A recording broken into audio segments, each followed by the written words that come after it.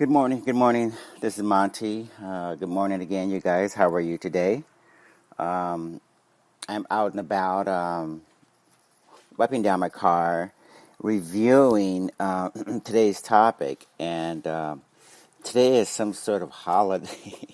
It's Labor Day, Memorial Day, or something.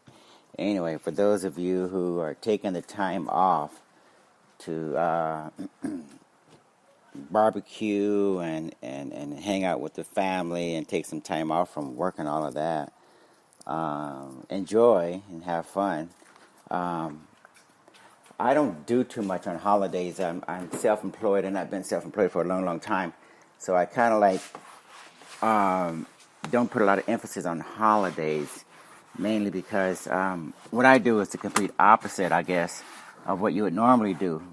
During the week and during times when there's very few people on the freeways and highways and shopping malls and different places, even when we go out for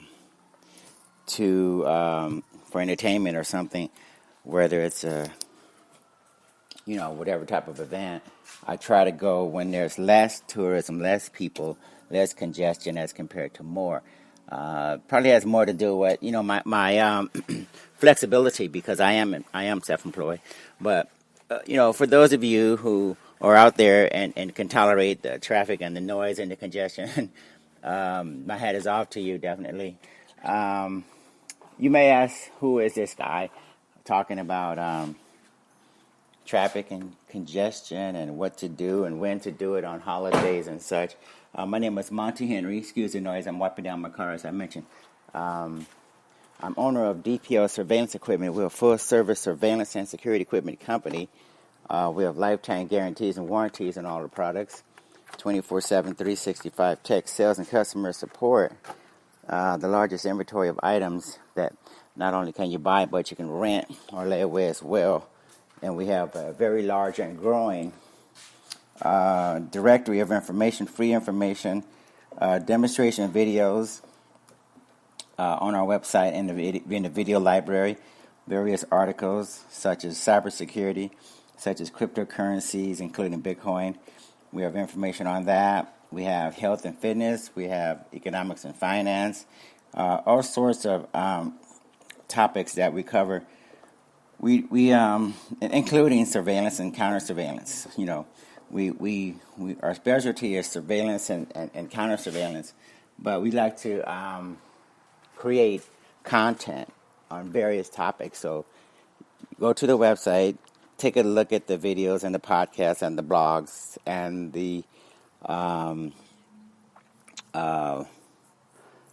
articles and such, and hopefully you'll enjoy, learn something. If you have some feedback you want to give us, that's fine too. Now, today, before I forget, we do accept Bitcoin. We do accept cryptocurrencies. They're integrated into our shopping cart. And if you guys are as fortunate as I am, for those of you who are involved in cryptocurrencies, we got in 5 or 6 years ago. We didn't do too badly at all. So I know a number of you are probably doing very well with your cryptocurrency investments. So if you want to spend some of those cryptos on our website, we'd love to have you exchange some of your cryptos for the state-of-the-art, law enforcement grade, lifetime guaranteed and warranted products that we offer on our website. Just throw that in there. And let's see. Let's take a look at, we always have to mention, we want to get away from supporting MasterCard and Visa, the credit card issuers, and the banking industry, and the merchant processors, and the intermediaries, all of the blood-sucking vampires in that industry, that make up that industry. They're extracting a lot of financial resources from our pockets and your pockets as consumers. As merchants, we pay approximately $70 billion annually to the credit card issuers and the banks and the merchant processors and the various intermediaries who try to tell us what we can do with our money, how we can spend it, who we can spend it with, what countries we can send it to, what countries we can't send it to, what time of day or night. Well, we can't send money on the weekends. You can't receive, you can't send any more than $10,000 at a time. Otherwise, you got to get permission from a big brother. I mean, all these restrictions are, we think, leftovers from ancient times when you can control people's capital. Capital flows, our capital controls, rather, we think is something left over from the dinosaur era. Or us Bitcoiners and us crypto enthusiasts, we don't believe in these capital controls. We don't believe in these financial restrictions and conditions and getting permission in terms of what I can do with my hard-earned money. Okay, it just doesn't make any sense in this new era. And I think the millennials are going to really, this is going to really resonate with the millennials. You don't have to bend over and abide by and succumb to the all these people who want to tell us what you can do, what you can't do with your money.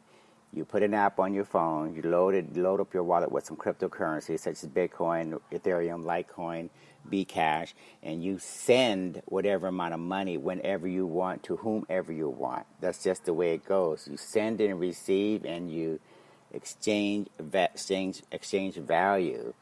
Money is a form of free speech. And last time I checked, you don't put conditions on free speech. Either you have it or you don't. So you old timers who don't understand the concept, don't worry about it. But you millennials and different people who are coming up in this age of digital transactions and information and such, you know very well what I'm talking about.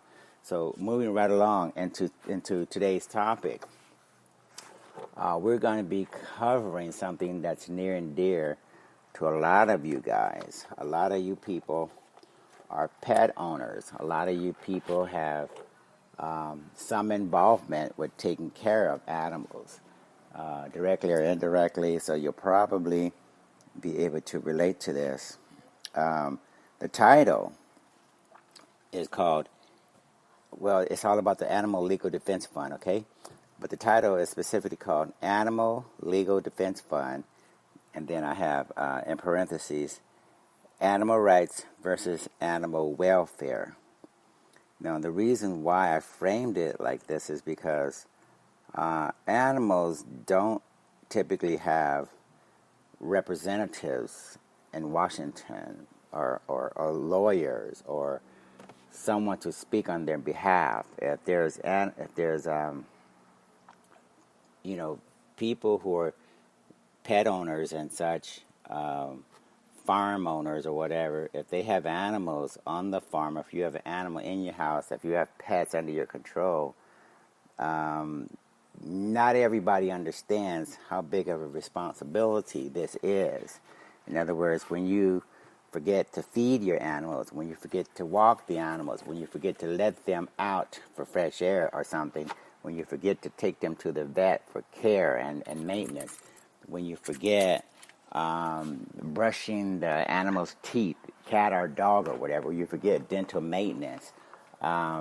These aren't just minor issues that can be addressed or not be addressed or something. Being a pet owner, being a caretaker of animals carries significant responsibilities, and thank goodness for this Animal Legal Defense Fund that has come about, and I'm going to get into the specifics of them and what they're all about in a second. But I just want to make sure that you guys understand that we now have an advocate for animals, okay? Whether it's your cat, dog, horse, tiger, bear, or something. When animals are being abused, we have to have an advocate for them. Someone's going to stand up and say, look, it's not okay to breed orcas in captivity and force them to behave like circus-trained animals. Ringling and Barnum Bailey Circus, they learned the hard way. SeaWorld learned the hard way. Various organizations and corporations that were abusing or using animals for entertainment, they learned the hard way. So let this be a lesson for those who take for granted in terms of what it means to be responsible for taking care of the precious animals. We're learning more and more through research that animals have feelings. Animals mourn. When animals suffer the loss of a loved one, there is a grieving period. There is mourning. We need to, excuse the noise, that we need to take into consideration the emotions aren't as primitive as we thought they were.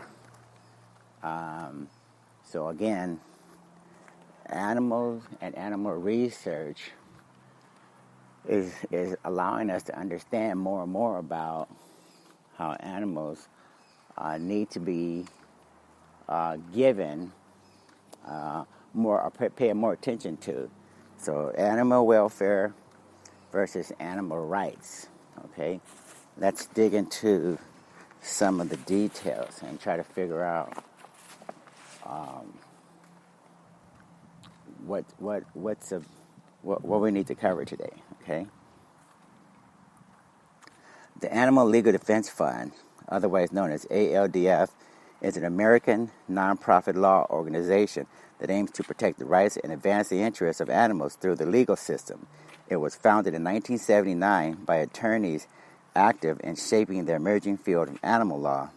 The ALDF has campaigned for stronger enforcement of animal cruelty laws and more humane treatment of animals. Their activities include filing lawsuits, providing legal assistance to prosecutors handling cruelty cases, working to strengthen state anti-cruelty statutes, and hosting seminars, workshops, and other outreach efforts in other outreach efforts. In addition to their national headquarters in Cotati, Cotati, California, the Animal Legal Defense Fund maintains an office in Portland, Oregon. Programs. The Animal Legal Defense Fund's primary programs include a litigation program aimed at stopping the abuse of companion animals and animals abused in industries including factory, farming, and the entertainment business, a criminal justice program which assists law enforcement agencies and legal prosecutors in seeking maximum penalties for those who abuse animals, and an animal law program to advance the field of animal law in law schools and among legal professionals. Litigation. ALDF has hundreds of dedicated attorneys that may bring suits themselves, or the organization may retain outside legal counsel. Their civil actions include filing amicus curiae briefs, arguing the case for recognition of the bonds between animals and non-animals. The ALDF also awards grants to attorneys involved in animal-related cases, provides expert testimony, and assists those seeking non-economic damages in cases involving death or injury of a companion animal. Examples of litigation by ALDF include suits filed in North Carolina, a state that permits uninvolved third parties to sue an animal abuser. One sought custody of 106 dogs held in negligent conditions by a dog breeder. A settlement was reached whereby the breeder surrendered ownership of the dogs. In 2005, the organization sued a Californian animal trainer who had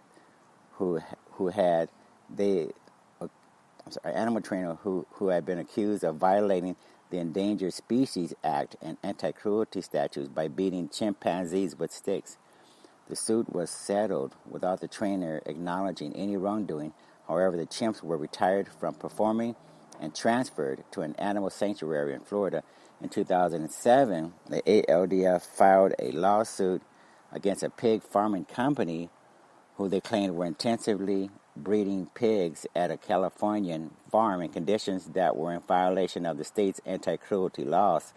The organization sought a court order to improve the treatment of the animals and urged the Los Angeles Dodgers to cease buying hot dogs from the supplier to avoid the stigma of association.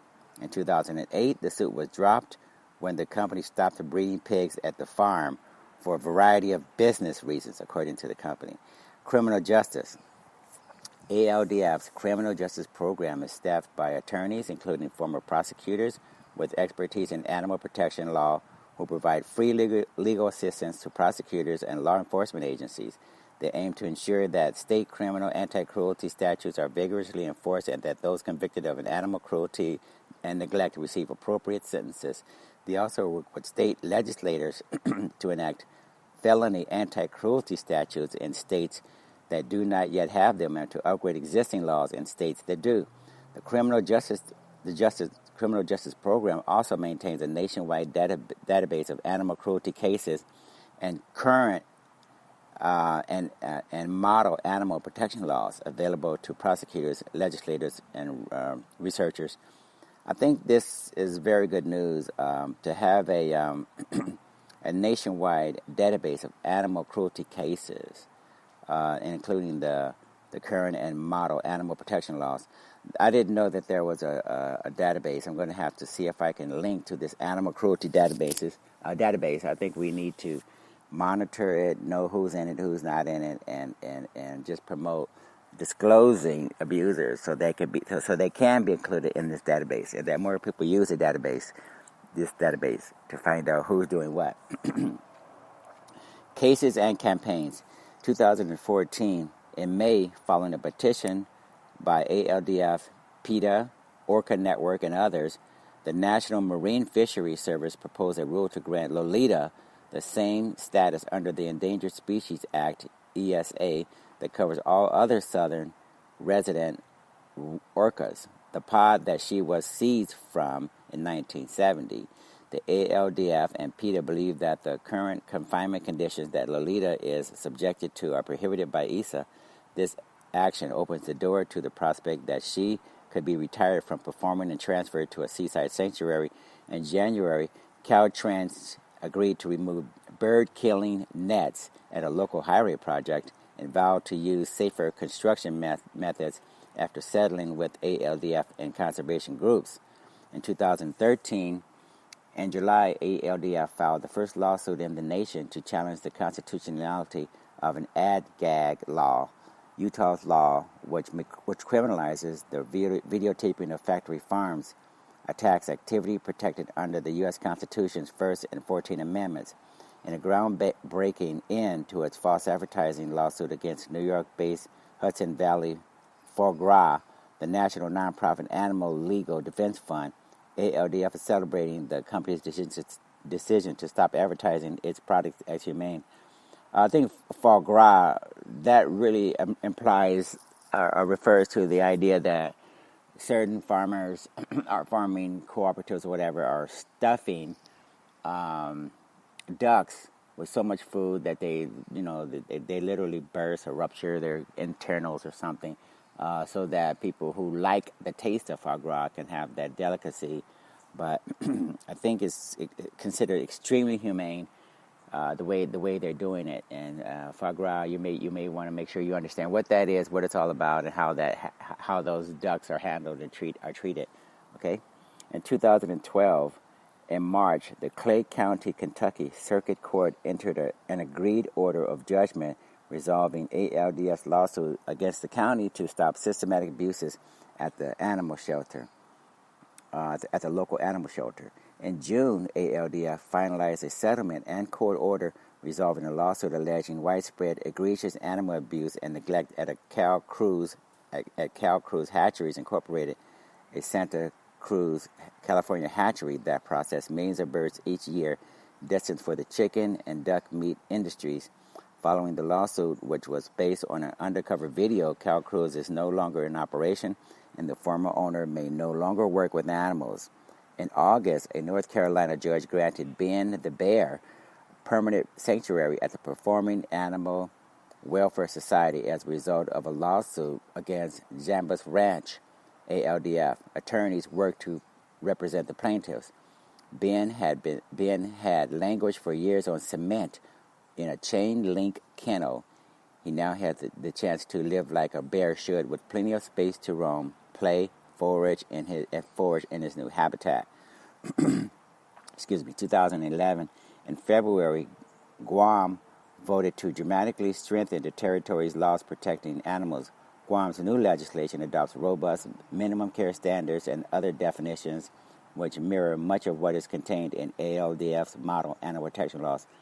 I think we need to really familiarize ourselves with ALDF's model animal protection laws, because we're going to learn later on in this article that the Veterinarians Association has a lot of pushback when it comes to animal rights, but they're not referencing anything specific in terms of what's reasonable or logical as endorsed by such organizations as ALDF and some of the others. Okay, I just want to give you that heads up on that. In November, ALDF won its lawsuit to free Tony the Tiger from the Tiger truck stop in Grosse Tete, Louisiana. The judge ordered the Louisiana Department of Wildlife and Fisheries to revoke the current permit and prohibit it from issuing any new permits to the truck stop. In 2010, ALDF's nationwide push to develop a system for law enforcement officials and the public to find out when a convicted animal abuser is in their community scored a historic victory when lawmakers in Suffolk County and New York voted unanimously to create the country's first animal abuser registry. Again, registries and databases are very important, and I'm going to see if I can put a link to some of these registries and databases, because I think that's going to really help us find out who's doing what, who's living where, and all of this stuff, all of the details. On the same day, ALDF launched its Expose Animal Abusers campaign. California State Senator Dean Flores announced a bill to create an animal abuser registry for the state that would require animal abusers to register in their communities. Again, a very big deal for us pro-animal people. After more than 100 live and approximately 150 dead Chihuahuas and Chihuahua mixers were removed from Kenneth Lang Jr.'s home in 2009, ALDF provided a grant of $3,500 to allow the Dearborn Police Department to conduct necropsies on 10 of the Chihuahuas whose bodies were removed from freezers on 56-year-old Lang's property. Kenneth Lang Jr. pleaded guilty to animal cruelty in January 2010. In 2009, ADF secured permanent custody of 7 horses rescued from Michael, Judy, and Gail Keating, the abusive North Carolina owners who allowed them to starve nearly to death in the case of ALDF versus Keating, Keating. On October 6, the United States Supreme Court directly addressed the issue of animal cruelty for the first time in more than 15 years. ALDF submitted an amicus curiae brief in the case of U.S. versus Stevens, urging the court to uphold the law and recognize that the prevention of cruelty to animals is a compelling government interest. In 2008, in August, ALDF filed lawsuits in Kentucky against Estill and Robertson counties for neglecting their homeless animals despite their legal requirement to provide basic humane care. ALDF called on Kentucky's legislature to push for comprehensive changes in laws protecting horses and other animals. The Bluegrass state ranked last in the nation for animal protection laws in 2008. U.S. Animal Protection Laws Ranking. The Animal Legal Defense Fund's annual report comprehensively surveys animal protection laws of all U.S. states and territories. It is the longest-running and most authoritative report of its kind, assessing the strength of its jurisdiction's animal protection laws by examining over 4,000 pages of statutes. Each jurisdiction receives a score, a raw score based on 15 different categories of animal protection. The report then ranks all 56 jurisdictions by comparing their raw scores. The report also highlights the top, middle, and bottom tiers of jurisdictions and notes the best 5 and worst 5 states overall. Animal rights versus animal welfare. What is the difference between animal rights and animal welfare? Animal welfare theories accept that animals have interests but allow these interests to be traded away as long as there are some human benefits that are thought to justify the sacrifice. Animal rights means that animals, like humans, have interests that cannot be sacrificed or traded away just because it might benefit others. However, the rights position does not hold that rights are absolute. and animals' rights, just like those of humans, must be limited, and rights can certainly conflict. Animal rights means that animals are not ours to use for food, clothing, entertainment, or experimentation. Animal welfare allows these uses as long as human guidelines are followed. I think that's very important to mention. Again, animal rights means that animals like humans have interests that cannot be sacrificed or traded away just because it might benefit others. And this part is really important here. However, the rights position does not hold that the rights are absolute. And animals' rights, just like those of humans, must be limited, and rights can certainly conflict. So, in other words, we have to be reasonable. We want animals to have rights. We want all humans to have rights, but we want reasonable rights where your rights don't conflict with mine, and vice versa. This extends to animals as well as humans. Okay, the issues surrounding the philosophies of animal rights and animal welfare are very familiar to those who utilize animals in industry, entertainment, sports, or recreation. As society has migrated from our agricultural roots to a more urban existence, the importance of distinguishing between animal rights and animal welfare become paramount. Animal welfare, as defined by the American Veterinary Medical Association, is a human responsibility that encompasses all aspects of animal well-being, including proper housing, management, disease prevention and treatment, responsible care, humane handling, and when necessary, humane euthanasia. Animal welfare proponents seek to improve the treatment and well-being of animals. Animal welfare proponents believe that humans can interact with animals in entertainment, industry, sports, and recreation and industry, but that the interaction should include provisions for the proper care and management for all animals involved. Animal welfare proponents support self-regulation of animal sports, including rodeo, polo, 3D eventing, FFA competitions, horse racing, field trials, and endurance riding. Animal welfare groups utilize scientific evidence to base animal care and handling guidelines. Animal rights. Animal rights is a philosophical view that animals have rights similar or the same as humans. True animal rights proponents believe that humans do not have the right to use animals at all. Animal rights proponents wish to ban all use of animals by humans. Animal rights proponents support laws and regulations that would prohibit rodeos, horse racing, circuses, hunting, life-saving medical research using animals, raising of livestock for food, petting zoos, marine parks, breeding of purebred pets, and any use of animals for industry, entertainment, sport, or recreation. Animal rights proponents believe that violence, misinformation, and publicity stunts are valid uses of funding donated to their tax-exempt organizations for the purpose of helping animals. I have to just mention that when you see publicity stunts, when you see different things that extreme animal rights proponents are using, don't take it for granted that sometimes you have to do extreme things, because corporate America, as we know, they do extreme things. They fund counter-protesters. They fund special interests and lobbying groups to go to Washington to buy out politicians. And then later on, when we find out that certain politicians have gone to jail for abusing their responsibilities in Washington, then we get a chance to see why sometimes you have to counter these extreme activities with those of your own. Okay, moving right along. Arson, vandalism, and assault are common tactics used by underground animal rights groups to further the animal rights cause. Groups such as the Animal Liberation Front, which have been classified as terrorists by the FBI, routinely use criminal activities to further their cause. I don't know if I would put a lot of credence in the fact that, or the mention of the FBI classifying a particular group as a terrorist organization.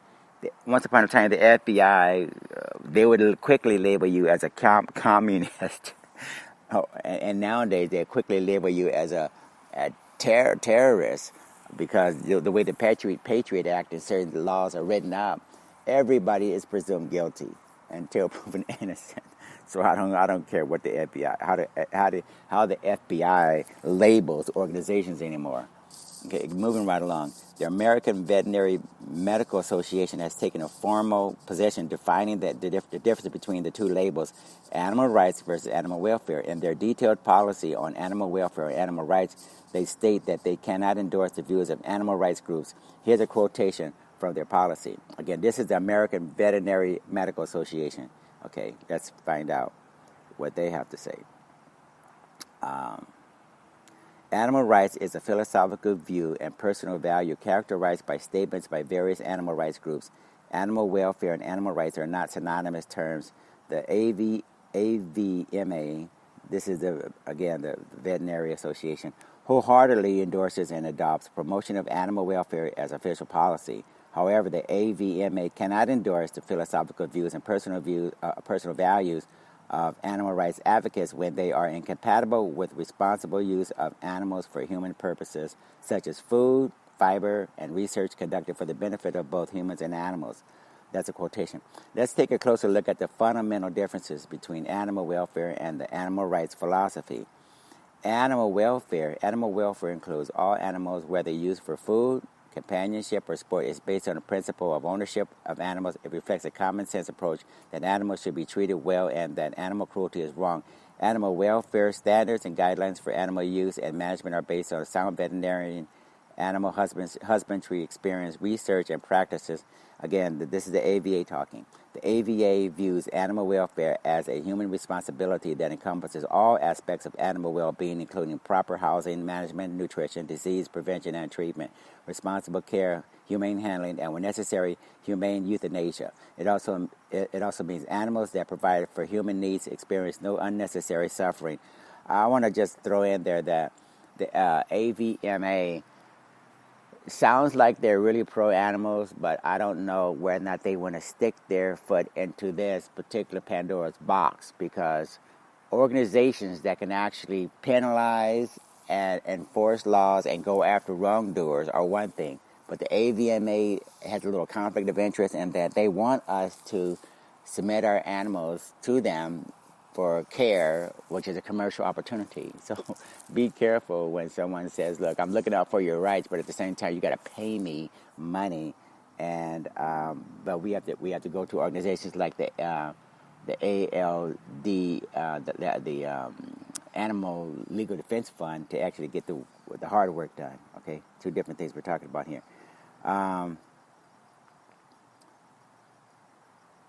Animal rights and advocates and their groups believe in the ideology that there is no distinction between animals and humans. They view animal ownership as exploitation and slavery. The true goal of animal rights groups is to work for legislation and humane care only until all animals are no longer owned or utilized by human beings. The NCRAOA, which is in North Carolina Responsible Animal Owners Alliance, has described what animal rights groups are all about and their activities. Animal rights groups exploit our love of animals to work for various types of restrictive legislation, limit laws, breed, specific legislation, mandatory spay-neuter, as well as laws that are steps towards changing the legal status of animals as property. And the animal rights movement is about control, not animal welfare.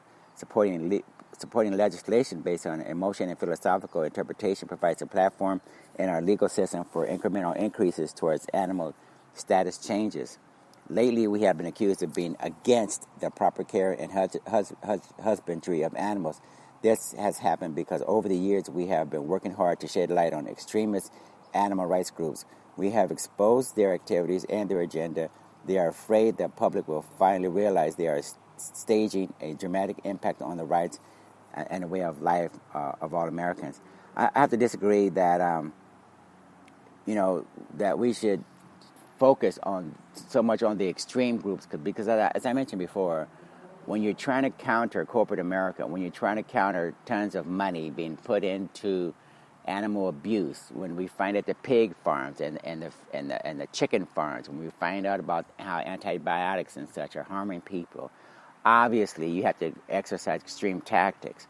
I own a surveillance and security equipment company. We frequently sell and rent hidden cameras and microphones and voice recorders to find out the truth.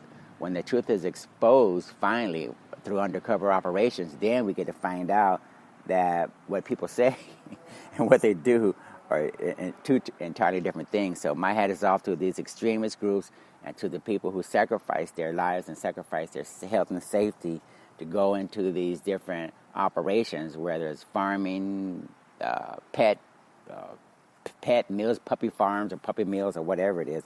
Just let us know exactly what's going on. So, since they are feeling threatened and are afraid of exposure, they have fought back against us. They have called us the bad guy and much worse. While doing this, they have conveniently blurred the definition of animal rights, which both confuses and misleads the public. They accuse us of being anti-animal and against animals. We have been accused of hating horses and benefiting from killing them. These accusations are not even close to the truth.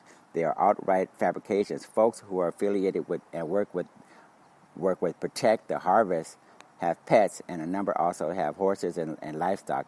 We care about animals. We care about their health. We care about their well-being. We practice and support animal welfare.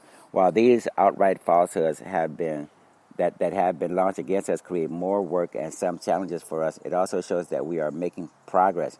In short, we support animal welfare, but we are against animal rights. Taking a stand against animal rights in no way means that we do not care about animals or their welfare. We do care, and we would not be investing time, money, and a whole lot of effort in educating the public about protecting our rights, animal ownership, agriculture, and our heritage. Okay, that's it for that article. Again, I just want to make sure you guys understand this is a tremendous resource for your pet lovers, owners, and different people who care about animals. The Animal Legal Defense Fund needs support, needs to be promoted, needs to be the spotlight needs to be focused on it, and we want to make sure that now animals have an advocate. Now animals that are left in hot cars in the summertime without food or water, animals that are breeded in cages on wire mesh cages where they can't even roam around and stretch their legs, they need an advocate. Okay, so this is very timely, and we need to get on top of this and make sure we understand now animals, and as pet lovers, we have an advocate that can speak on behalf of the animals and hopefully take owners to court. Abusive owners, that is. Okay, so as I like to say at the conclusion of every podcast, you guys, stay safe, keep your eyes and ears open, and we'll talk to you later.